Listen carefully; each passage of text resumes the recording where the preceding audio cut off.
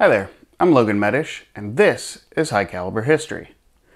By the middle of the 19th century, arms production in the United States was changing. The concept of interchangeable parts had become the primary goal at the federal armories. If this was to be achieved, then a set of agreed-upon design parameters had to be established. Unfortunately, production standards varied widely in previous decades.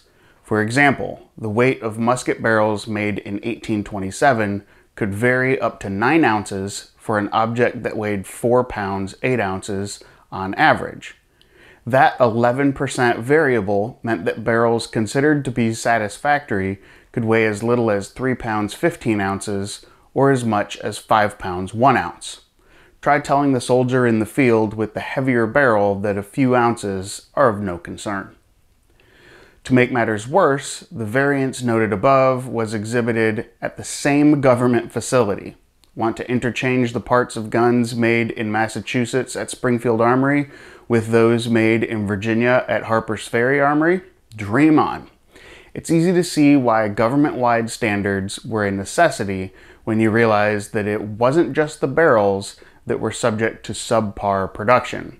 It was virtually every single part of every single arm. Now that all changed in the 1850s. Workers had come to accept that the government was cracking down on production standards.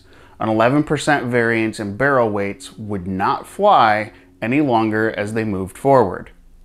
By the middle of the 1850s, both main armories, Harper's Ferry and Springfield, were churning out guns at a rapid pace. More importantly, they were making guns with interchangeable parts. Reports submitted to Secretary of War Jefferson Davis for 1854 revealed the following production statistics.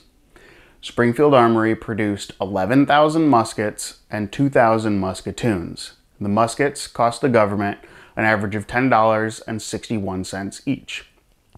Harper's Ferry Armory produced 9,000 muskets and 2,761 rifles. The rifles cost the government $11.98 each. In previous decades, the individual cost was most certainly more if you factor in arms consumption and repairs. Not being able to readily grab a replacement part from a bin meant that it cost more time and more money to get a damaged gun repaired and back out in the fight. In just a few short years, producing enough arms of uniform quality would become far more important than anyone could have expected. During the Civil War, both sides faced equipment shortages at one time or another, and those issues would have been far greater had it not been for uniform production standards and interchangeable parts. Thanks for tuning in to this episode of High Caliber History. I hope you learned something and enjoyed this. Please make sure you're subscribed if you're not. Leave a like, some comments, all that good stuff. I would appreciate it, and I'll see you right here on the next episode.